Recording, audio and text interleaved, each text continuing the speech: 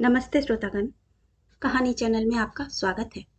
आइए सुनते हैं मालती जोशी जी की कहानी कोहरे के पार। ताला खोलते ही एक विराट सोनापन उसे जैसे लीलने को दौड़ पड़ा। उसे किसी तरह ठेलकर वह भीतर आई। वहां सब कुछ वैसा ही था जैसा वह छोड़कर गई थी।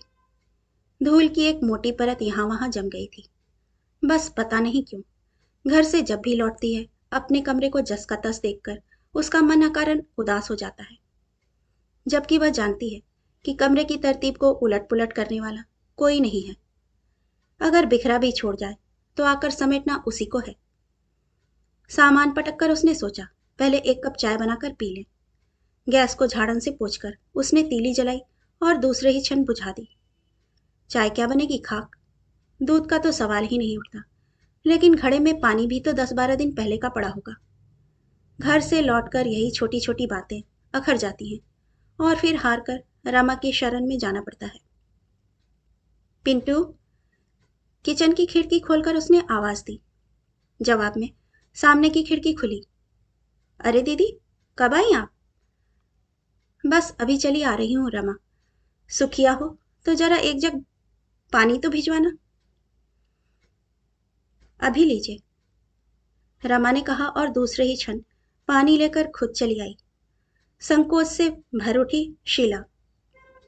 अरे, तुमने क्यों तकलीफ की?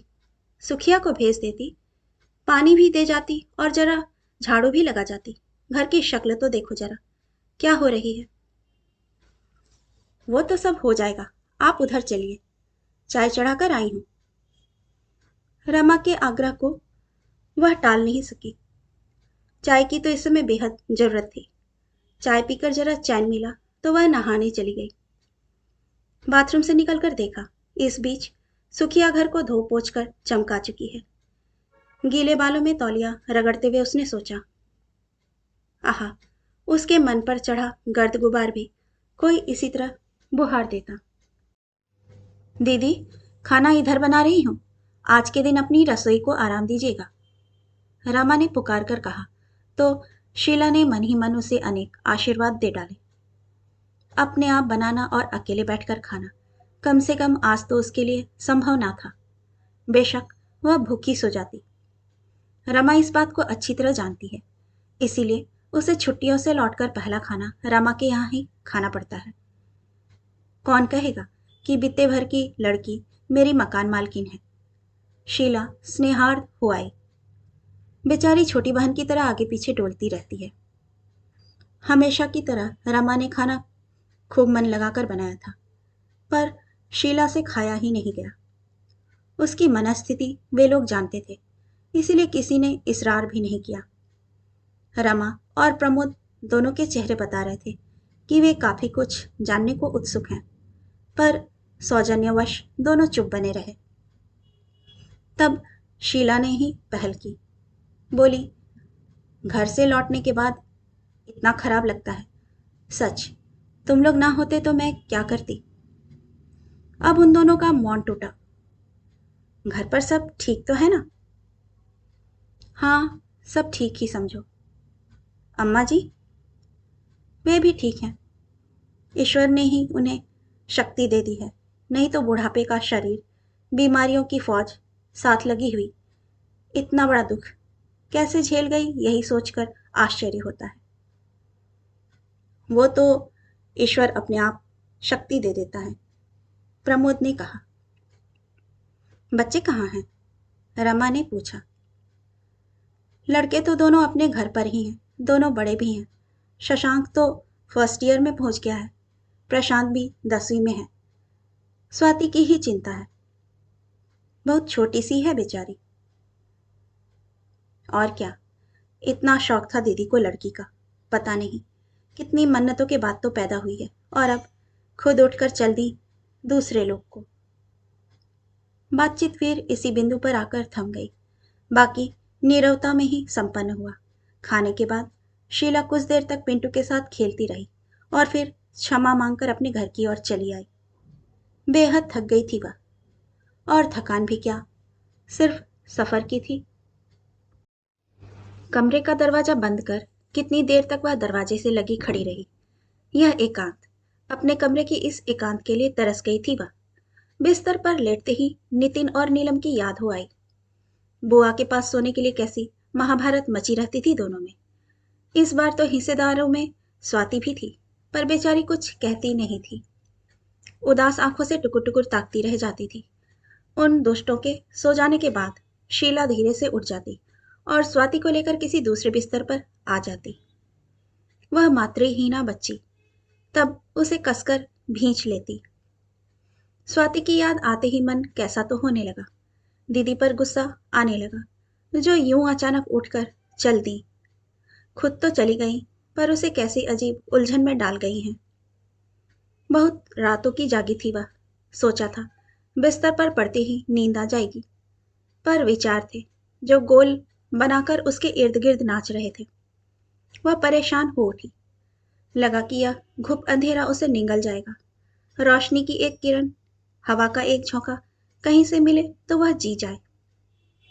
अनमनी सी वह उठी और उसने बाहर का दरवाजा खोल दिया। बगल वाले कमरे में अब भी उजाला था। उसने झांक कर देखा, रमा रेडियो के पास बैठकर बुनाई कर रही है। अब तक जाग रही हो? उसने पूछा। अभी 9:30 ही तो बजे हैं। प्रमोद कहाँ है? Saturday club. पिछले शनिवार आप नहीं थी तो मैंने जाने नहीं दिया था। रमा भी बाहर आ गई। आज भला वे रुकते? फिर मुझे आवाज क्यों नहीं दे ली? अकेली बैठी रही। सोचा आप थकी होंगी। शीला वहीं सीढ़ियों पर पसर कर बैठ गई। सच, बहुत थक गई हूं, पर नींद कहाँ आती है। बुनाई छोड़कर रमा भी उसके पास आ बैठी। धीरे से बोली, नींद कैसे आएगी भला? इतना बड़ा शौक है। वहां तो उतने लोगों के बीच पता नहीं चला होगा, पर यहां अकेले में।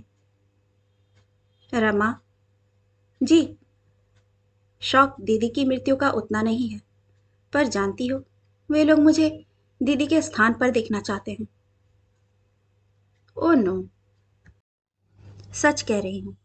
अगर सिर्फ दीदी के ससुराल वाले ही ऐसा सोचते तो मुझे आश्चर्य नहीं होता, पर दुख तो इस बात का है कि अम्मा, भैया, भाभी, चाचा सबके सब पीछे पड़ गए। मैं तो ग्लानि से भर उठी हूं। लगता है जैसे दीदी की मृत्यु की कामना लेकर ही मैं इतने वर्षों तक अनब्याही बैठी रही।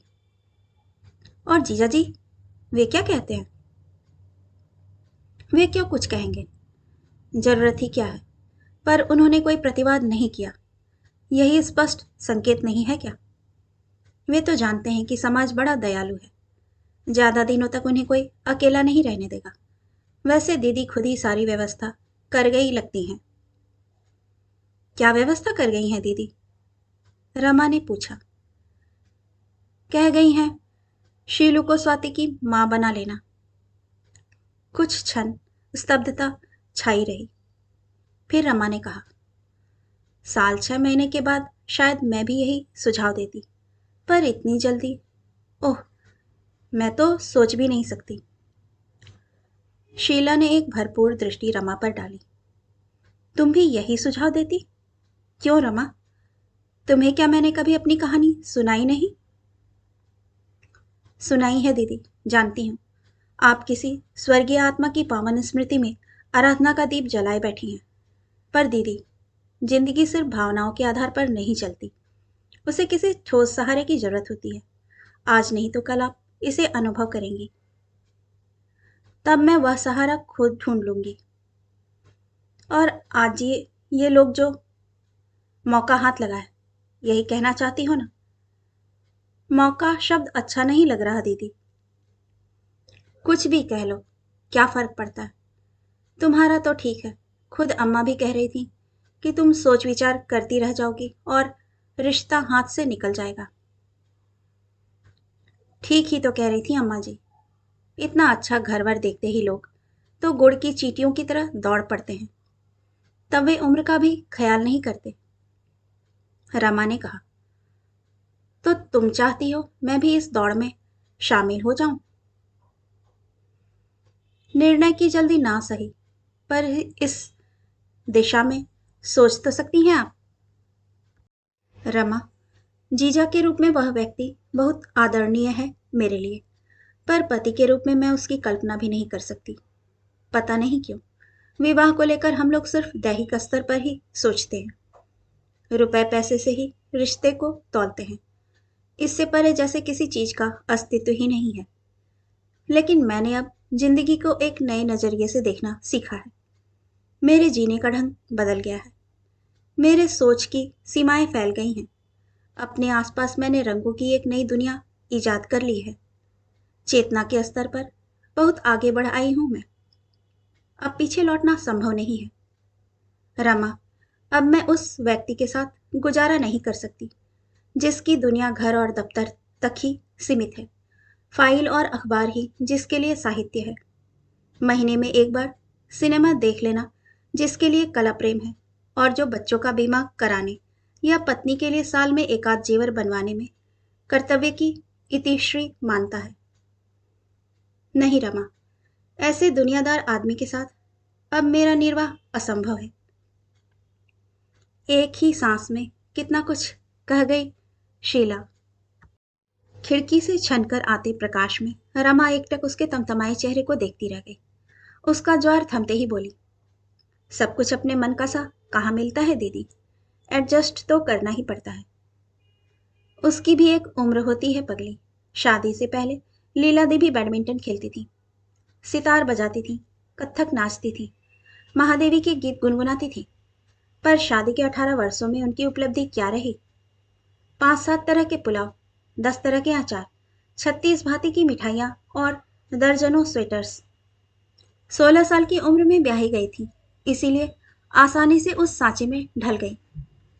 पर 35 की आयु इतनी लचीली नहीं होती ना।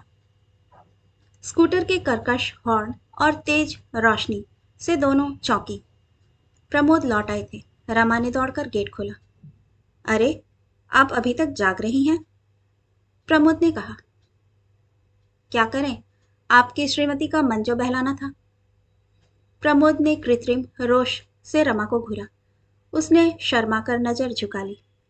थोड़ी देर बाद बगल वाला घर अंधेरे में डूब गया। सच, यही उम्र है शादी की, शीला ने सोचा। पति का प्यार, पति का गुस्सा, पति की अच्छी बुरी आदतें। रमा कितने सहज भाव से सब कुछ स्वीकार कर लेती है। अपने व्यक्तित्व को उसने प्रमोद के साथ कितनी आसानी से जोड़ लिया है। अपनी अस्मिता को लेकर जरा भी परेशान नहीं होती वह। लेकिन उससे यह सब हो सकेगा? उसने अपने आप से पूछा। उसके मन के किसी कोने से हाँ की ध्वनि नहीं उठी। नींद अब कोसों दूर थी, पर मन बहुत हल्का हो आया था। पिछले दिनों मन में जैसे लावा सा उबलता रहा है, पर अपनी बात किसी से भी कहने का वह साहस नहीं जुटा सकी थी। सबने एक साथ उसे दोषी करार दे दिया था। वह जानती है, इसके मूल में सबकी सद्भावना ही है। उसके एकाकी जीवन को लेकर सभी चिंतित है। जब भी घर गई है, एक ना एक प्रस्ताव उसके सामने आता रहा है। अम्मा तो हमेशा कहती है, तेरी फिक्र के मारे मुझे चैन से मरना भी नसीब ना होगा। अब दीदी की मृत्यु ने उनके बच्चों की चिंता का एक बोझ और लाद दिया है। सभी ने इस गुत्थी को अपने ढंग से सुलझाना चाहा है। फिर दीदी की अंतिम इच्छा, वह भी तो इन सब के साथ आकर जुड़ गई है। उसका अनादर कैसे करे शीला? सच दीदी, मरते मरते ये कैसा फरमान निकाल गई तुम। कुछ तो ख्याल किया होता मेरा, पूछा तो होता मेरा मन क्या कहता है। पता नहीं क्या सोचकर वह एक झटके के साथ उठी। उसने टेबल लैंप जलाया और लिखने बैठ गई। आदरणीय जीजा जी, दीदी ने चाहा था कि मैं स्वाति की मां बनूं। मुझे सहर्ष स्वीकार है। दीदी की बात टालने का प्रश्न ही नहीं उठता।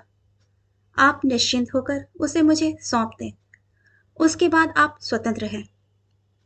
आपकी पत्नी बनने का सौभाग्य जिसे प्राप्त होगा, वह मुझे दीदी की तरह ही प्रिय होगी। बस इतना ही। पत्र को तहाकर उसने लिफाफे में बंद किया और 15 दिन में पहली बार खुलकर सांस ली। मन पर छाया कोहरा धीरे धीरे छट रहा था। कहानी सुनने के लिए आपका धन्यवाद।